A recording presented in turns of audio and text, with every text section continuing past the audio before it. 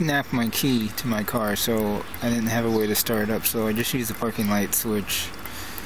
I got the hazards on with the parking light switch, which would be sort of like having a turn signal on. You can see it has dual intensity. You can see the LED in there with the, where is it at?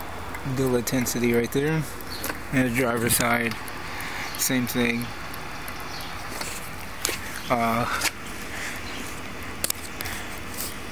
I think why one side might be brighter than the other is just because I don't have the housing fully on. Like the driver's side, the LEDs aren't quite exactly 100% focused, and we'll get to that issue at a time, but that is it for now. You can see it during the daytime, so it's not really that huge of a issue. See that side over there too. And I'm not quite far down the street.